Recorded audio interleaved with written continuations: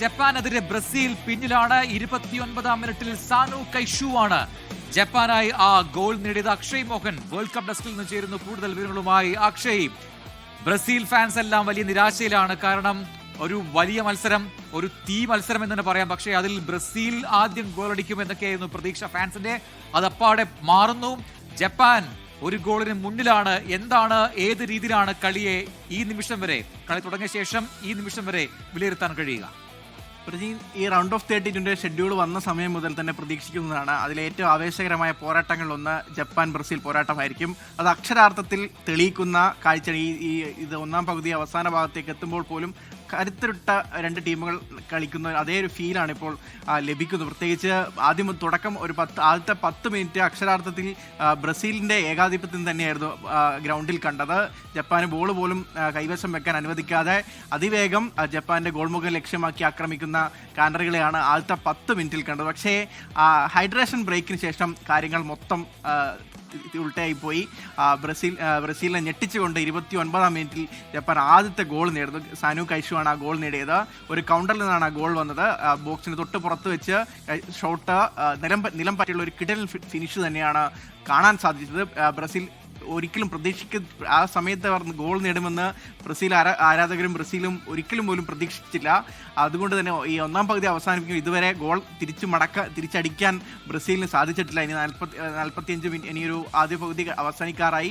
ഇനിയിപ്പോൾ ഗോൾ തിരിച്ചടിക്കാനുള്ള എല്ലാ അണിയറയിലെ ആയുധങ്ങളെല്ലാം എടുത്ത് പോരാടുന്ന ബ്രസീലിനെ നമുക്ക് രണ്ടാം പകുതി. നമുക്കറിയാം, വേൾഡ് കപ്പിന്റെ ആദ്യ മത്സരം, ബ്രസീലിന്റെ ആദ്യ മത്സരം, മൊറോക്കോയും എതിരെയുള്ള ആദ്യ മത്സരം തൊട്ട് എല്ലാ ഫാൻസും അല്ലെങ്കിൽ ഫുട്ബോളിനെ പ്രേമിക്കുന്ന എല്ലാവരും പറഞ്ഞത് ഇതല്ല ബ്രസീൽ ടീം എന്ന് പറയുന്നത്, ഇതല്ല യഥാർത്ഥത്തിൽ ബ്രസീലിന്റെ കളി എന്ന് പറയുന്നത്, അത് ഈ വേൾഡ് കപ്പിൽ കാണാൻ കഴിഞ്ഞിട്ടില്ല എന്നൊക്കെ ആദ്യ മത്സരത്തിൽ തന്നെ പറഞ്ഞതാണ്. പിന്നീട് ആ കളിയിലേക്ക്, ആ മികവിലേക്ക് തിരികെ വരുന്ന ബ്രസീൽ നമ്മൾ കണ്ടു. പക്ഷെ അങ്ങനെ കൂടിയും കുറഞ്ഞും ഒക്കെ ഇരുന്നു ബ്രസീലിന്റെ മികവ് എന്നുള്ളതാണ്. ഏറ്റവും ക്രൂഷ്യലായ ഈ നോക്കൌട്ട് റൗണ്ടിൽ ഇതുപോലെയാണ് കളിയെങ്കിൽ ഇനി കൂടുതൽ ഗോളുകൾ വഴങ്ങുമോ എന്ന സംശയവും ബാക്കിയാവാണ്.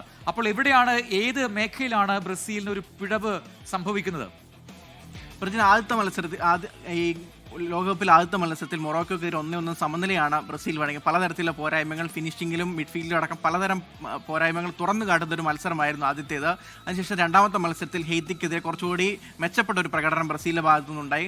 അവസാന കളി സ്കോട്ട്ലൻഡിനെതിരെ നല്ല രീതിയിൽ പഴയ അതേ താളത്തിൽ കളിക്കുന്ന ബ്രസീലിനെ കണ്ടു. അപ്പോൾ ബ്രസീലൊരു തിരിച്ചുവരവാണെന്ന് ആരാധകരാകെ പ്രതീക്ഷിച്ചു. പക്ഷേ അതൊക്കെ തകിടം മറിക്കുന്ന രീതിയിലുള്ള മത്സരമാണ് നിലവിൽ ഇതുവരെ ജപ്പാനെതിരെ കാണാൻ സാധിച്ചത്. അവർക്ക് ലഭിച്ച ആദ്യം 14 മിനിറ്റിൽ തുടർച്ചയായ 2 അവസരങ്ങൾ അവർക്ക് ലഭിച്ചെങ്കിലും ഫിനിഷിങ്ങിലെ പിഴവ് മൂലം അവർക്കത് ഗോളിലേക്ക് കൺവേർട്ട് ചെയ്യാൻ ആയിട്ടില്ല. പക്ഷേ ഇനിയും സമയമുണ്ട്. പ്രത്യേകിച്ച് അവരുടെ മുന്നേറ്റത്ത് കളിക്കുന്ന വിനീഷ്യസ് ജൂനിയറും അതോടൊപ്പം മത്തിയാസ് കുഞ്ഞിയുമൊക്കെ മികച്ച ഫോമിലാണ്. 4 ഗോൾ നേടി വിനീഷ്യസ് ഈ ലോകകപ്പിലെ ടോപ്പ് സ്കോറർ 2ാം സ്ഥാനത്തുണ്ട്. കുഞ്ഞി അതുപോലെ 3 ഗോൾ അടിച്ച് നിൽപ്പുണ്ട്. അപ്പോൾ അവരുടെ മുന്നേറ്റ നിര സ്ട്രോങ് ആണ്. പക്ഷേ അവർക്ക് ഇതുവരെ ജപ്പാനെ വിറപ്പിക്കുന്ന രീതിയിലൊരു മുന്നേറ്റം ഇതുവരെ മുന്നോട്ട് പുറത്തെടുക്കാൻ ഇതുവരെ സാധിച്ചിട്ടില്ല. അതാണ് ഏറ്റവും വലിയ പോരായ്മയായിട്ട് മുന്നോട്ട് പറയുന്നത്. ഇപ്പോൾ ഫസ്റ്റ് ഹാഫ് പൂർത്തിയായിട്ടുണ്ട്. 45 മിനിറ്റും പിന്നീട് ഒരു അഡോൺ 45 മിനിറ്റും പ്ലസ് ഒരു 4 മിനിറ്റ് അഡീഷണൽ ഇഞ്ചുറി ടൈം കൂടി കിട്ടി. അങ്ങനെ ആ ഫസ്റ്റ് ഹാഫ് പൂർത്തിയാവുമ്പോൾ ഒരു ഗോളിന് ബ്രസീൽ പിന്നിലാണ് എന്ന സങ്കടമാണ് ആരാധകർക്കുള്ളത്.